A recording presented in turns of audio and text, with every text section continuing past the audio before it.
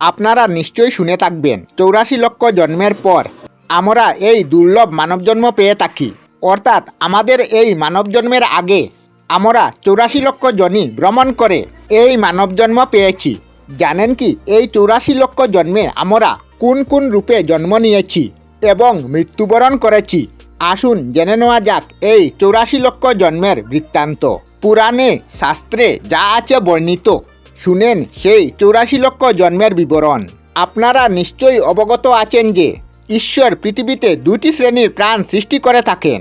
এর প্রথমটি হচ্ছে স্থাবর, তথা যারা একই স্থানে জন্মে এবং একই স্থানে মৃত্যুবরণ করে। আমাদের আশপাশের গাছপালা তরুলতা এই শ্রেণীর উদাহরণ। আর দ্বিতীয় শ্রেণীটি হচ্ছে জঙ্গম, অর্থাৎ যে শ্রেণীর জীব চলাচল করতে পারে। তো ঈশ্বর প্রথম আমাদেরকে সৃষ্টি করেন স্থাবর রূপে। এই রূপে আমরা গাছপালা তরুলতা বৃক্ষ হয়ে পৃথিবীকে শোভাদান করে থাকি। কিন্তু এভাবে কতকাল রোদে পুড়ে বৃষ্টিতে ভিজে খরায় শুকিয়ে জড়ে ব্যঙ্গে নিরন্তর চলতে থাকে বৃক্ষ জন্ম। কিন্তু অবশেষে 20 লক্ষ বার জন্মের শেষে আমাদের জন্ম হয় তুলসী বৃক্ষ রূপে। আর সেই তুলসী গাছের পবিত্র পত্র যখন ভগবান শ্রীকৃষ্ণের পদপদ্মে পতিত হয়, তখন আমাদের মুক্তি হয় বৃক্ষ জন্ম থেকে। কবি বলেছেন 20 লক্ষ বার বৃক্ষজনিতে জনম, তাতে যত কষ্ট হয় অশেষ কারণ 20 লক্ষ বার বৃক্ষজনিতে ভ্রমিতে। কত যুগ যুগান্তর যায় ক্রমেতে, তো বৃক্ষ জন্মের শেষে আমাদের জন্ম হয় জলজ জীব হিসাবে। এই জন্মে আমরা কখনো মৎস্য, কখনো কুর্ম ইত্যাদি রূপ পরিগ্রহণ করতে থাকি ঈশ্বরের কৃপালাভের আশায়। কিন্তু এইভাবে আর যাবে কতকাল, অবশেষে আসে মুক্তির পালা। 9 লক্ষ বার জলজ প্রাণী হিসাবে জন্মের পর আমাদের জন্ম হয় শঙ্খরূপে। আর যেদিন সেই শঙ্খের জল পতিত হয় শ্রী গোবিন্দের চরণে, সেই দিন আমাদের মুক্তি মিলে জলজ শ্রেণী থেকে। তাই কবির ভাষায় মৎস্য কুর্মে 9 লক্ষ বার জন্ম হয়, ভ্রমিতে পাড়িতে জীবন কত কষ্ট পেয়ে 9 লক্ষ বার জন্ম হয় ধীরে ধীরে। ঘর বাড়ি ঠিক নাই যথা তথা ফিরে, তো জলজ শ্রেণী থেকে মুক্তি পেয়ে গেলেন। তবে কি এবার মিলবে মানব জন্ম? না, এবারও আমাদের জন্মাতে হবে কীট পতঙ্গ রূপে। কখনো মাছি, কখনো মশা, কখনো শুঁয়াপোকা, কেঁচু ইত্যাদি রকমের কীট হয়ে বারবার জন্ম ও বারবার মৃত্যু। এভাবে কেটে যায় আরও 11 লক্ষ জন্ম। কীট জন্মের শেষে মানুষের জন্ম হয় মৌমাছি রূপে। আর সেই রূপে মধু সংগ্রহ করে জমা করি মৌচাকে। আর যেদিন আমাদের সংগৃহীত মধুর একটি ছোট্ট বিন্দু রাধা মাধবের বুকে অর্পণ করা হয়, সেই দিনই আমাদের মুক্তি মিলে কীটজনি থেকে। কৃমি জন্ম 11 লক্ষ, ব্রহ্মিয়া বিশেষ 10 লক্ষ বার পক্ষীজনি শেষে। তো কীট বা কৃমি জন্মের শেষে আমাদের জন্ম হয় পক্ষীকুলে। কত শত হাজারো পক্ষী হয়ে আমরা বিচরণ করি অন্তরিকে। তবে এ জন্মেও কখনো বা সর্পের ভয়, কখনো বা তীব্র ক্ষুধায় খাদ্য অভাব, কখনো ঝড় জলে নীড় ছিঁড়ে পড়া ইত্যাদি রকমের যন্ত্রণা সহ্য করতে হয় আমাদের।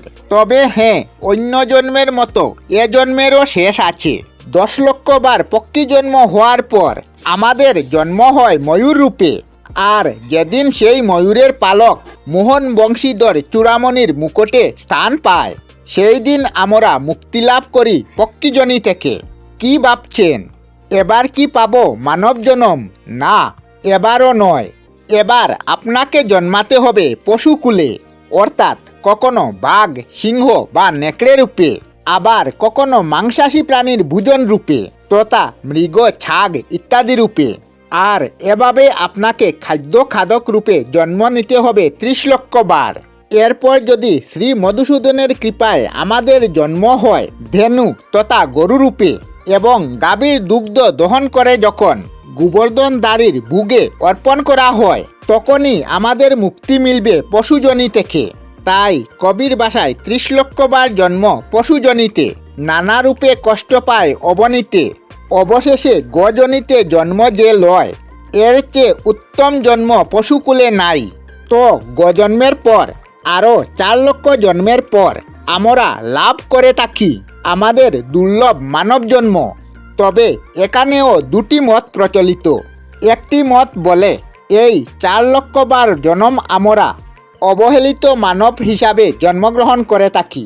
গজনী শেষে পশুজনী নেই, মানুষজনিতে এবার জন্ম তার হয়, মানবকুলে জন্ম তার 4 লক্ষ বার, অপরূপ সে সেবারত, কহি সবিস্তার। তবে অন্যান্য মতে গজন্মের পর 4 লক্ষ বার বানর জন্মে জন্মাতে হয় আমাদেরকে, এবং এভাবে 84 লক্ষ জন্মের পর আমাদের জন্ম হয় মানুষ রূপে। তবে মানবকুলে জন্মলাভ করার পর যদি আমরা আমাদের আত্মাকে মুক্তি না দিতে পারি, তাহলে আমাদেরকে আবারও এই 84 লক্ষ জন্ম পরিগ্রহ করতে হবে। জন্মিয়া মানবকুলে আত্মা না উদ্ধারে পুনঃ সে 84 লক্ষ জনিপথে ঘুরে বারবার জন্মলাভে কত কষ্ট পায়। শ্রীচরণ দাস বলে নাইকো উপায়। তাই আসুন আমরা সময় থাকতে মহান ঈশ্বরের চরণতলে আত্মসমর্পণ করি এবং শুদ্ধ কাজ ও ঈশ্বর প্রেমের মাধ্যমে আমাদের আত্মাকে উদ্ধার করতে প্রীতি হই।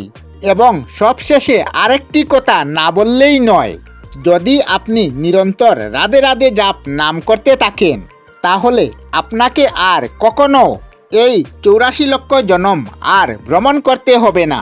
রাধে রাধে।